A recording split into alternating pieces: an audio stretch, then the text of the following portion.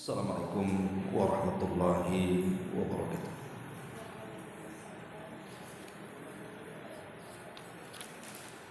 Alhamdulillah wassalatu wassalamu ala Rasulillah wa ala alihi wa sahbihi wa mawalah wa la hawla wa la quwwata illa billahi wa ba'd.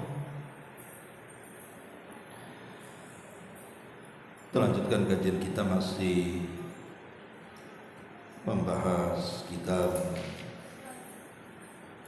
175 jalan menuju surga.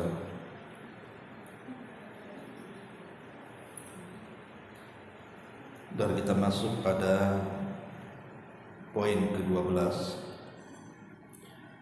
tentang kemuliaan orang-orang lemah dan miskin dari kalangan kaum muslim. Kita baca matan ini lalu kita jelaskan.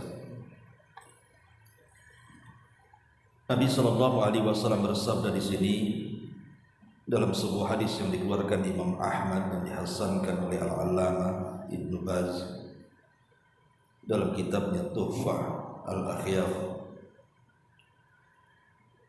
Hal tumsaruna wa turzakuna illa bidu'a fa'ikum. Tidaklah kalian dapat diberikan pertolongan dan diberikan rizki melainkan dikarenakan orang-orang lemah yang ada di antara kalian. Dan Nabi SAW bersabda, rubba ash'atha madfu'in bil abwab law aqsama 'ala Allahi la abarra.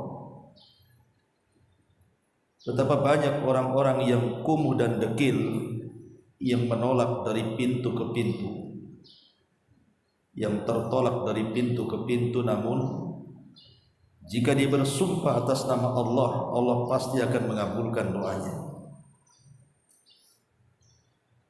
Kemudian Nabi SAW mengatakan, ala ukhbirukum bi ahlil jannah kullu dha'ifin mutadha'ifin law aqsama 'ala Allah la abarra. Ala ukhbirukum bi ahli nar kullu utullin jawadhin mustakbirin. Maukah kuhabarkan kepada kalian tentang penduduk surga itu? Mereka adalah setiap orang lemah yang jika bersumpah atas nama Allah, maka Allah pasti akan mengabulkannya. Dan maukah kalian kuhabarkan tentang penduduk neraka? Kata Rasul, mereka adalah setiap orang yang kuat lagi sombong. Taib ma'asyiral muslimat yang dimuliakan Allah Subhanahu wa taala. Bab ini menjelaskan kepada kita tentang posisi orang-orang lemah dari kalangan fuqara dan juga orang-orang miskin.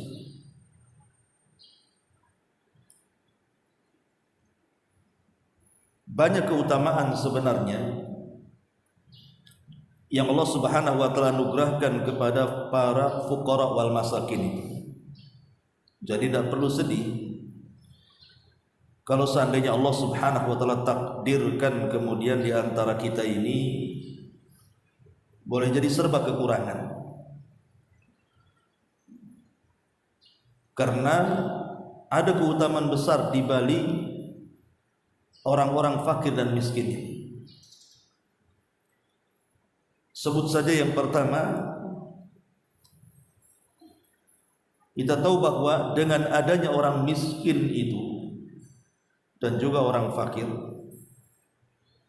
maka timbullah apa yang disebut dengan syariat zakat dan juga sedekah.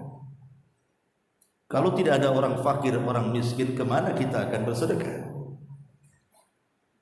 Artinya dengan keberadaan mereka, kita bisa orang-orang yang diberikan harta itu mendulang pahala dengan cara bersedekah kepada mereka. Ini yang pertama. Jadi disyariatkannya zakat dan diwajibkannya terhadap orang kaya ini karena adanya orang-orang miskin dan juga para fuqara. Kemudian yang kedua, kebanyakan pengikut para nabi, pengikut para rasul, itu lebih banyak orang-orang fakir dibandingkan orang-orang kaya. Dan itu dialami oleh Nabi kita Muhammad SAW sendiri di permulaan dakwahnya. Hampir yang ikut seruan Rasul di permulaan dakwah itu rata-rata orang-orang susah, seperti Bilal ibn Rabah, kemudian juga Khabbab ibn Arab, Abdullah ibn Mas'ud, Zunairah, banyak, hampir semua. Dari zaman ke zaman diutusnya para nabi dan rasul, rata-rata para pengikut para nabi dan rasul itu kebanyakan orang-orang lemah dari kalangan fuqara wal masakin. Karena mereka lebih cenderung mudah untuk didakwahi dibandingkan orang-orang kaya. Bahkan sebaliknya, justru para penentang para nabi dan rasul itu kebanyakan dari orang-orang kaya. Ini yang kedua. Kemudian yang ketiga, di mana Allah Subhanahu wa taala memerintahkan kepada para nabi, termasuk nabi kita Muhammad sallallahu alaihi wasallam, untuk mencintai para fuqara wal masakin. Bahkan dijadikan satu amalan besar dalam Islam ketika kita ini mencintai mereka dengan cara menolong dan membantu hajat-hajat mereka.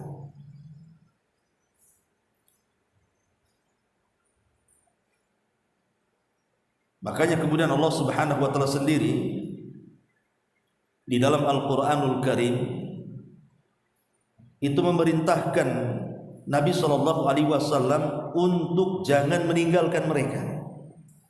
Jadi Rasul itu diperintah Allah untuk senantiasa bermulazamah dengan orang-orang fakir dan miskin. Dan itu disebutkan di dalam Al-Qur'anul Karim. Di antaranya Allah Subhanahu wa taala mengatakan, wasbir nafsaka ma'al ladzina yad'una rabbahum bil ghadati wal ashi yuriduna wajha wala ta'du aynaka anhum turidu zinatal hayatid dunya. Bersabarlah engkau wahai Muhammad bersama orang-orang yang mereka senantiasa berdoa kepada Rabb mereka di waktu pagi dan petang karena mengharap wajah Allah Subhanahu wa taala. Ayat ini turun kepada Nabi SAW ketika para pembesar Quraisy itu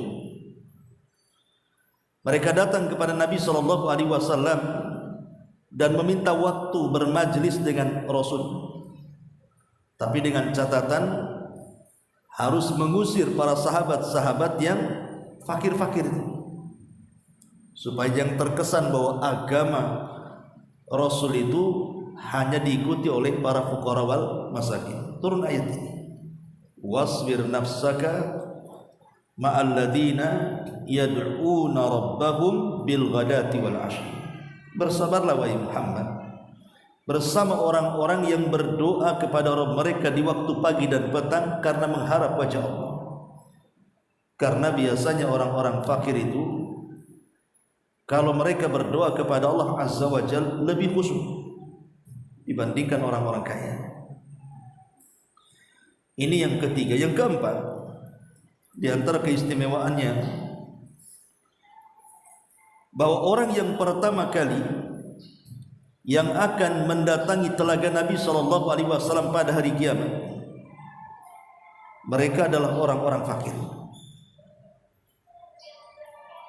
Dan itu disebutkan dalam hadis Nabi SAW, awal man yariduhu alayya fuqara'ul muhajirin. bahwa orang yang pertama kali akan mendatangiku di telagaku, kata Rasul, mereka adalah orang-orang fakir dari kalangan muhajirin.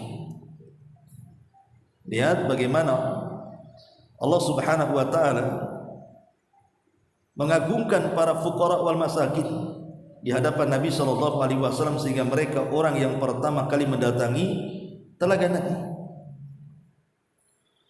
Kemudian yang kelima, orang-orang fakir dan miskin itu adalah mereka orang yang pertama kali meniti titian siratal mustaqim. Allah Subhanahu wa taala mengatakan, wa im minkum illa wariduha, dan tidaklah di antara kalian pasti akan melintasinya. Maksudnya melintasi titian siratal mustaqim. Kemudian dijelaskan di dalam hadis Muslim dari hadis Thauban radhiyallahu an. Jadi orang-orang Yahudi ini bertanya kepada Nabi sallallahu alaihi wasallam tentang manusia yang pertama kali melintasi titian itu. Maka Rasulullah SAW menjawab, hum fuqara'ul muhajirin. Mereka adalah orang-orang fakir dari kalangan muhajirin. Kemudian yang keenam,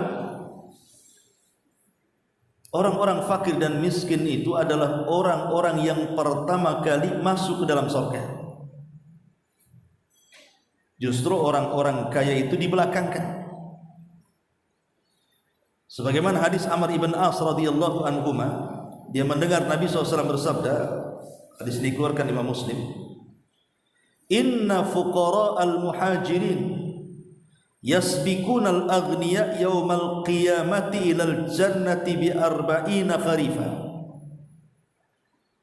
Sesungguhnya orang-orang fakir muhajirin, mereka akan mendahului orang-orang kaya masuk ke dalam sorga sejauh 40 tahun perjalanan. Dalam riwayat, yadkhulu fuqara'ul muslimin al jannata qabla aghniyaihim binisfi yaumin wa huwa 500 amin. Bahwa orang-orang fakir dari kalangan kaum muslimin itu akan masuk surga duluan sebelum orang kaya, jaraknya setengah hari akhirat. Satu hari akhirat 1000 tahun kalau dibandingkan dengan kehidupan dunia. Berarti setengah harinya 500 tahun. Orang miskin masuk dulu, setelah 500 tahun baru orang kaya masuk. Artinya bahwa ini juga diantara keistimewaan orang fakir dan miskin di sini. Masuk surga duluan sebelum orang kaya. Ini yang keenam. Kemudian yang ketujuh, kebanyakan penduduk surga itu orang fakir. Kebanyakan penduduk surga itu orang fakir. Dan itu dijelaskan dalam hadis Usama radhiyallahu anhu. Nabi SAW bersabda, kumtu ala babil jannah, aku pernah berdiri, kata Rasul, di pintu surga. Fakana ammatu man dakhalaha al masakin, kata Rasul, kebanyakan orang yang masuk surga itu dari kalangan orang-orang miskin. Lihat bagaimana keutamaan orang miskin. Kebanyakan penduduk surga itu kebanyakan dari kalangan mereka. Kemudian yang nomor 8, di antara kemuliaannya juga, di mana Nabi SAW menjelaskan dalam bab yang kita kaji di sini, bahwa pertolongan Allah Subhanahu wa taala dan rizki yang Allah anugerahkan kepada kita itu tidak lepas dari perannya orang-orang lemah. Makanya Rasul mengatakan, hal tungsaruna wa turzakuna illa bidu'aifikum, bidu'afaikum. Tidaklah kalian dapat ditolong oleh Allah Azza wa Jalla dan diberikan rizki melainkan karena ada orang-orang lemah di antara kalian. Kemudian yang nomor 9, Nabi mencela kepada orang-orang kaya ketika mereka membuat walimah yang diundang hanya sesama mereka saja, sementara orang-orang fakir tidak diundang. Sampai-sampai Rasul menyebutnya dengan seburuk-buruk makanan. Seburuk-buruk makanan walimah, kata Rasul, syarrut ta'ami ta'amul walimati yud'alahal aghniya wa yud'arakul fuqara, kata Rasul. Seburuk-buruk makanan adalah makanan yang terdapat dalam walimah yang hanya diundang di dalamnya orang kaya dan ditinggalkan orang fakir. Lihat di sini sampai Rasul mencela kepada orang-orang kaya yang menelantarkan orang-orang fakir dalam masalah undangan makan walimah saja. Sampai seperti itu, menunjukkan kemuliaan orang-orang fakir dalam Islam. Ma'asyiral muslimin, muslimat yang dimuliakan Allah Subhanahu wa taala. Bahkan boleh jadi sebab datangnya rizki kepada kita itu karena ada orang fakir di sekitar kita yang ibu tolong dia. Makanya ada dua orang sahabat bersaudara, yang satu thalabul ilmi, yang satu pengusaha. Yang pengusaha ini setiap hari dia mendanai saudaranya yang sedang thalabul ilmi. Dia tidak bekerja, hanya belajar saja. Tapi lama-lama bosan juga. Dia minta gantian. Dia yang bekerja, aku yang belajar, kan itu. Maka Nabi SAW mengatakan, sesungguhnya rizki yang Allah anugerahkan kepadamu itu disebabkan karena saudaramu yang thalabul ilmi itu, yang kau danai itu. Ma'asyiral muslimat yang dimuliakan Allah Azza wa Jalla, inilah 10 keutamaan orang-orang fakir dan orang miskin dalam Islam. Jadi jangan pernah sedih jadi orang fakir, dan jangan pernah sombong jadi orang kaya. Tapi walaupun demikian tentu ada adab, ada etika. Kalau kita ini merasa fakir, merasa miskin, maka harus ada adab-adab yang kita lakukan. Yang pertama, an-niyatu as-salihatu. Tanamkan niat yang saleh.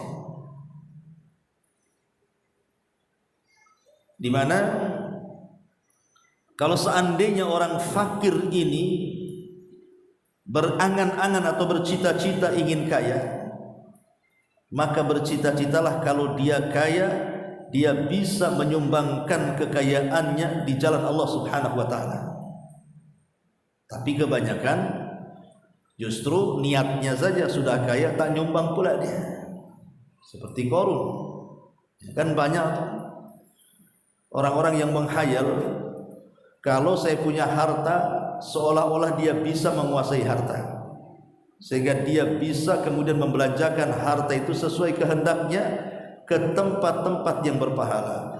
Tapi setelah Allah takdirkan dia kaya, bukan dia yang menguasai harta, harta yang menguasai dia. Dan kalau sudah harta yang menguasai dia, maka Allah mengatakan, kalla innal insana la yatgha an ra'ahu istaghna. Manusia itu mudah melampaui batas ketika kekayaan menguasainya. Akhirnya jadi bakhil. Kemudian yang kedua, husnul tawakkul ala Allah. Kalau kita ini menjadi orang fakir dan miskin, maka kuatkan tawakal kita kepada Allah Subhanahu wa taala, karena kefakiran ini ujian. Sebagaimana juga kekayaan juga ujian. Dua-duanya kan ujian. Wa nabluukum bisyarri wal khairi fitnah, kata Allah. Kami akan uji kalian dengan yang baik dan yang buruk. Di antaranya ujian adalah dengan kefakiran dan kekayaan. Baik orang fakir diuji dengan kefakirannya, orang kaya pun diuji dengan kekayaannya. Bahkan lebih berat orang kaya lagi ujiannya itu. Kenapa? Karena di tangannya ada sarana maksiat. Kalau dia punya uang, dia bisa apa saja. Dia bisa berzina dengan uangnya, dia bisa minum khamar dengan uangnya, dia bisa narkoba dengan uangnya, dia bisa bayar orang untuk menyakiti dengan uangnya, dia bisa datang ke dukun untuk menyantet orang yang menyakiti, dan begitu seterusnya. Tapi Tapi kefakiran juga sama. Banyak orang-orang yang terfitnah gara-gara dia fakir miskin, kebutuhannya kurang dan tidak cukup, akhirnya melakukan kriminal, mencuri, merampok dan begitu seterusnya. Itu juga ujian dua-duanya kan. Tapi kalau dia bersyukur dan tawakal kepada Allah Subhanahu wa taala, tentu dia akan menjadi orang yang beruntung.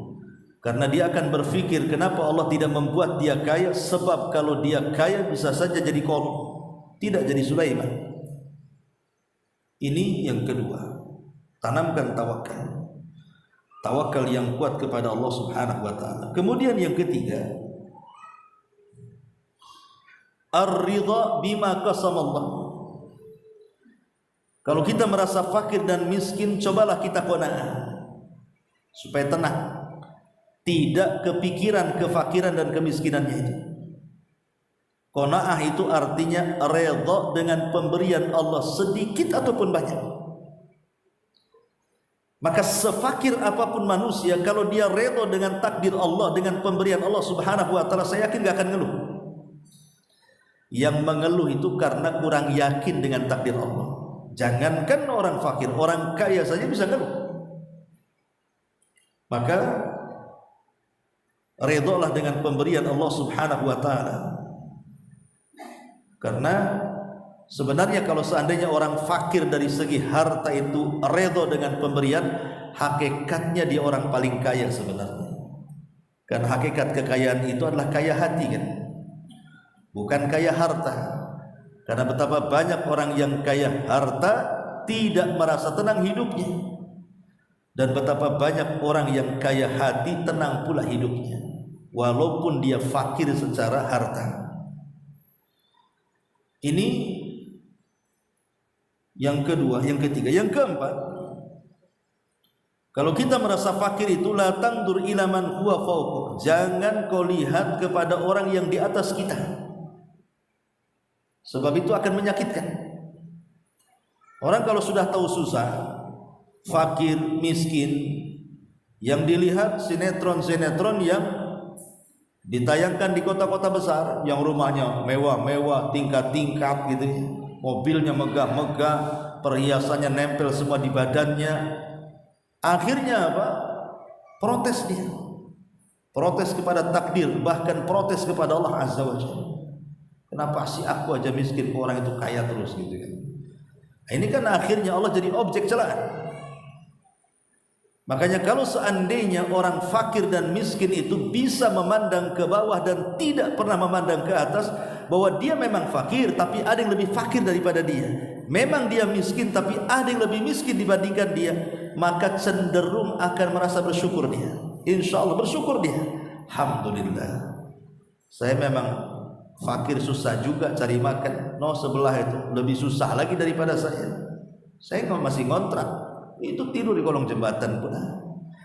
Jadi kalau nengoknya ke bawah itu nggak pegal kan Bu, tapi kalau nengok ke atas kan pegal tuh, terus pakai counterpen ya. Capek kan, akhirnya tidak bersyukur dengan nikmat Allah Subhanahu wa taala. Ini yang keempat. Kemudian yang kelima, al-iqtisad fil ma'isyati. Kalau kita sudah tahu fakir, miskin, maka sederhanalah dalam hidup. Tidak perlu berpoya-poya apa yang mau dibanggakan orang-orang fakir itu. Karena Nabi SAW sampai mengatakan bahwa ada manusia-manusia itu kalau nanti pada hari kiamat tidak akan diajak bicara, tidak akan dipandang, bahkan bagi mereka adab yang pedih. Salah satunya apa? Orang fakir sombong. Udah fakir sombong lagi, apa yang mau disombongkan? Kalau dia kaya sombong wajar, kekayaan dia bisa sombongkan. Pejabat sombong, dia bisa sombong dengan jabatan. Dia pejabat bukan, orang kaya bukan, pengusaha bukan, memang orang kere, miskin, fakir gitu ya. Apa yang disombongkan? Masa sombong dengan kefakiran? Nggak masuk akal. Makanya kata para ulama, kalau ada orang kaya sombong dengan orang fakir sombong, maka dosa orang fakir sombong lebih besar dibandingkan orang kaya sombong. Kenapa? Karena orang fakir sombong itu tidak ada penyebab kesombongan. Kenapa dia sombong? Kalau orang kaya kan ada penyebabnya, kan ada harta. Ya. Maka kalau kita fakir itu harus sederhana dalam hidup. Jangan poya-poya, kalau dapat duit langsung dihabiskan. Kemudian juga yang nomor 6, at-ta'affuf was-sa'yu ilal kasbil halal. Kalau kita merasa fakir, merasa miskin, kalau bisa itu jaga kehormatan. Jangan sampai meminta-minta. Karena alasan orang-orang yang meminta-minta itu salah satunya karena kefakiran kan. Ya memang boleh dalam tempo-tempo tertentu itu orang boleh meminta-minta, tetapi bukan berarti dijadikan segalanya, dijadikan pekerjaan dia meminta-minta itu tak boleh.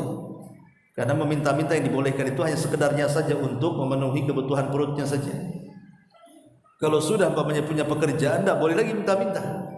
Itu pun harus disaksikan orang-orang yang adil bahwa memang si fulan itu miskin. Harus disaksikan orang. Yang menyaksikannya memang orang dipercaya gitu ya, bukan settingan.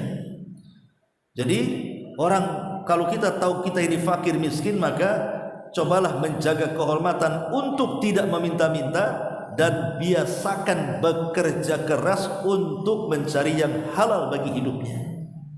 Ini yang keenam. Kemudian yang ketujuh, banyak berdoa supaya bisa istiqomah.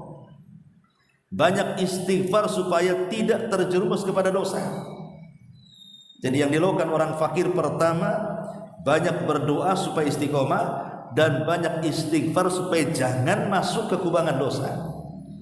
Karena biasanya kalau fakir itu sampai kemudian melilit kehidupannya, tak jarang orang-orang fakir ini akhirnya meninggalkan kewajiban.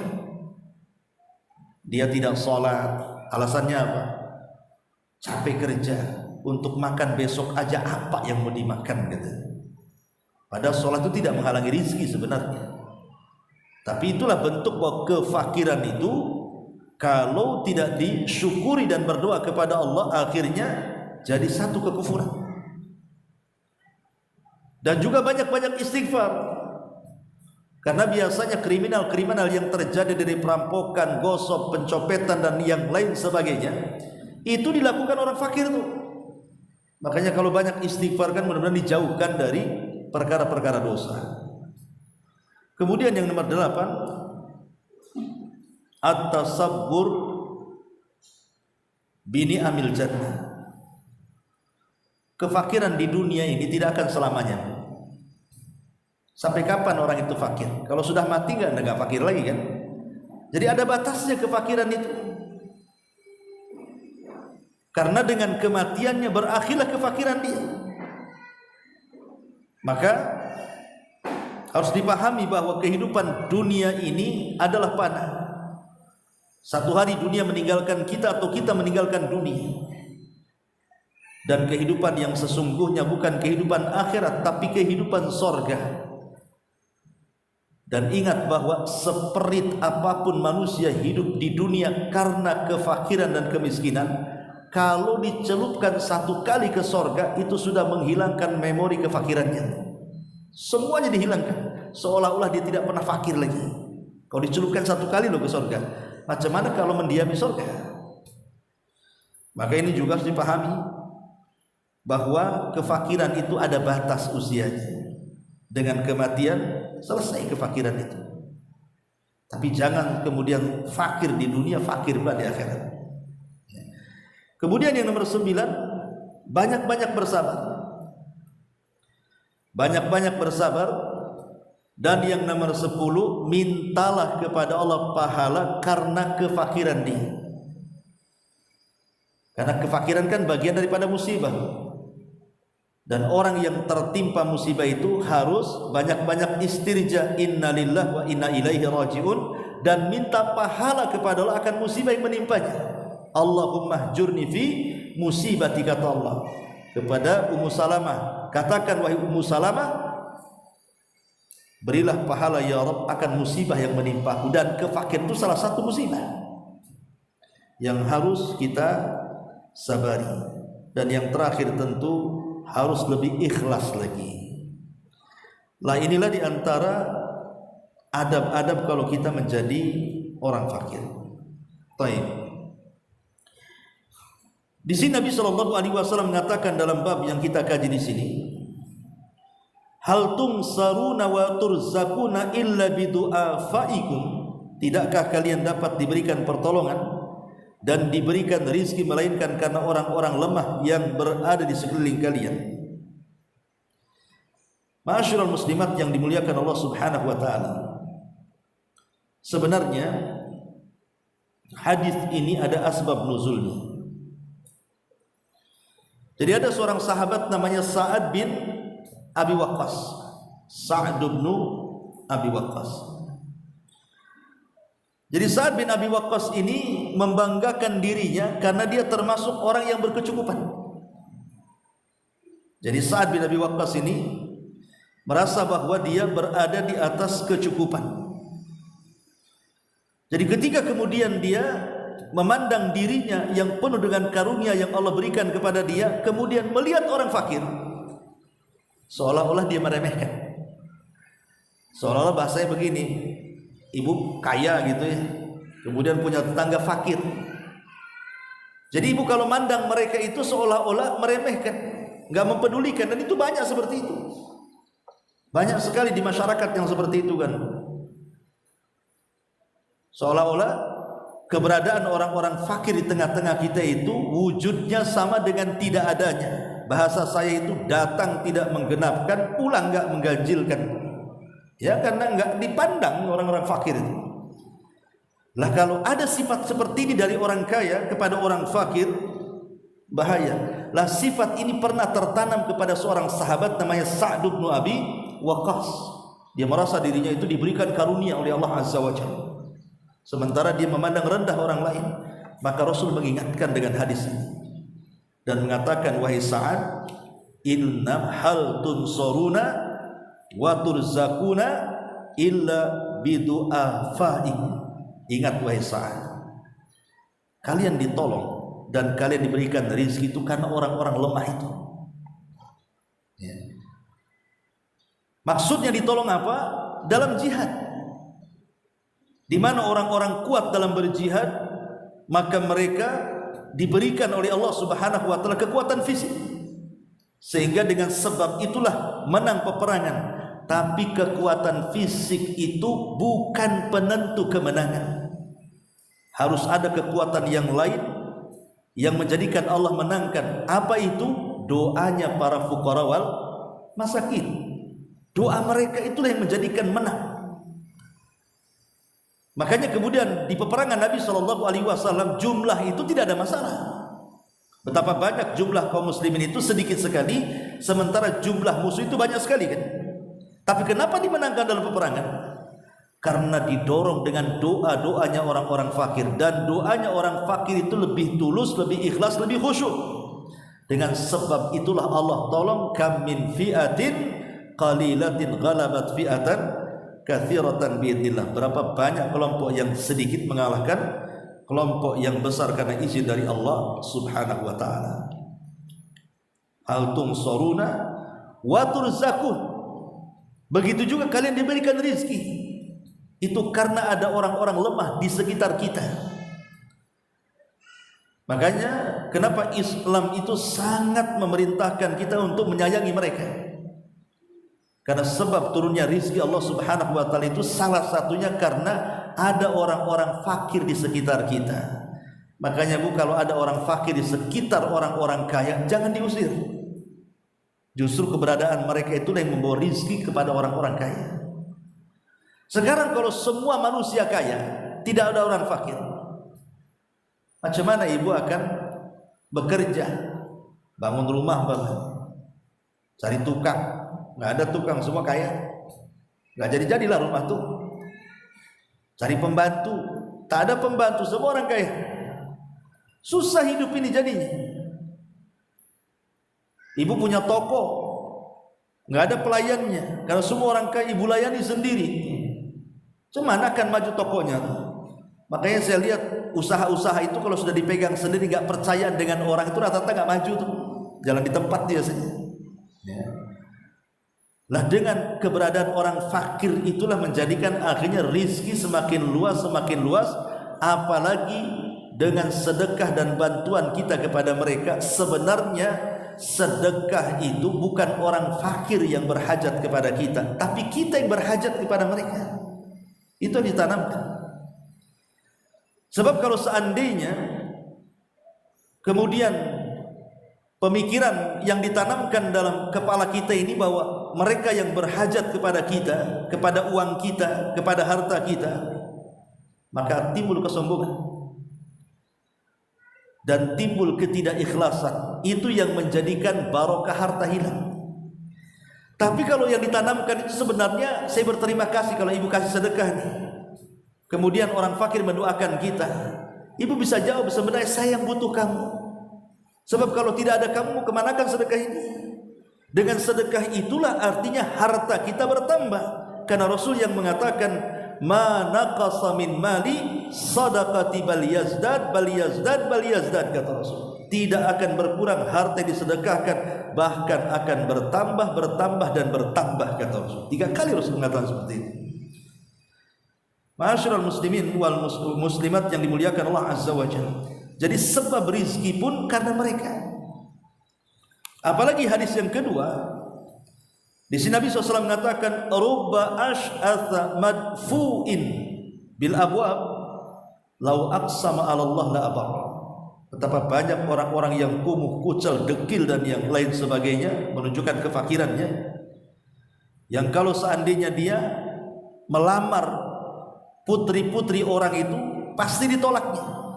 Tertolak dari pintu ke pintu itu artinya kalau dia mau menikahi fulan langsung diusir. Ngapain kau nikah dengan anak saya? Apalagi di zaman sekarang kan, terkadang perjodohan itu bukan lihat agama.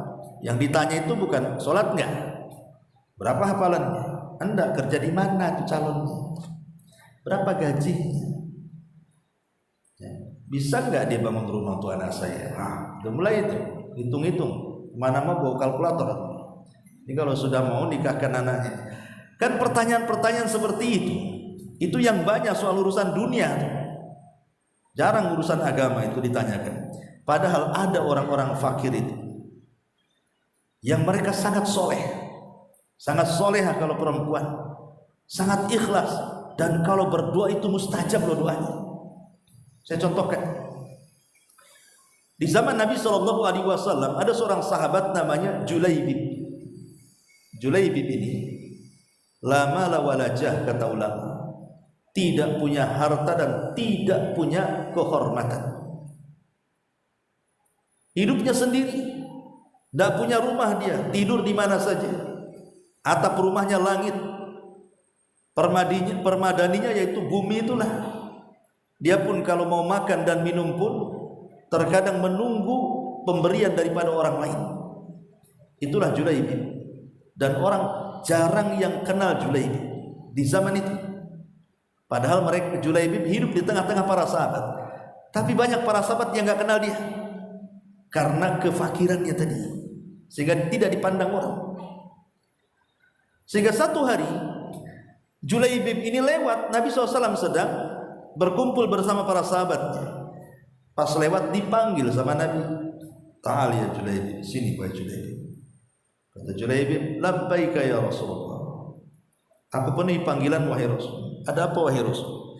Kata Rasulullah, "Hala tatazawwaj." Julaibib, maukah kau menikah?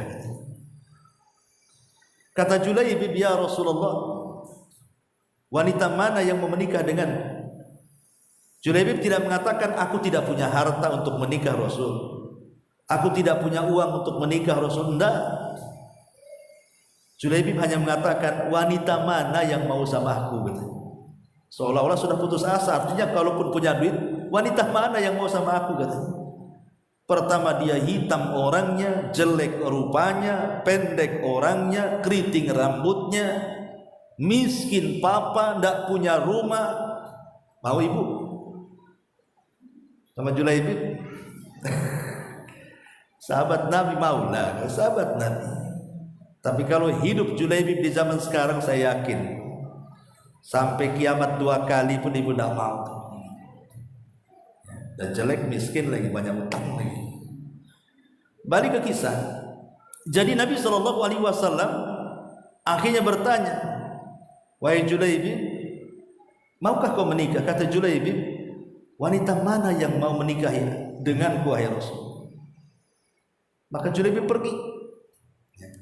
Keesokan harinya dipanggil lagi oleh Nabi SAW. Pertanyaannya sama, tapi jawabannya juga sama. Wanita mana yang mau sama aku wahai Rasul? Sambil nadanya agak keras dia, karena udah mulai jengkel.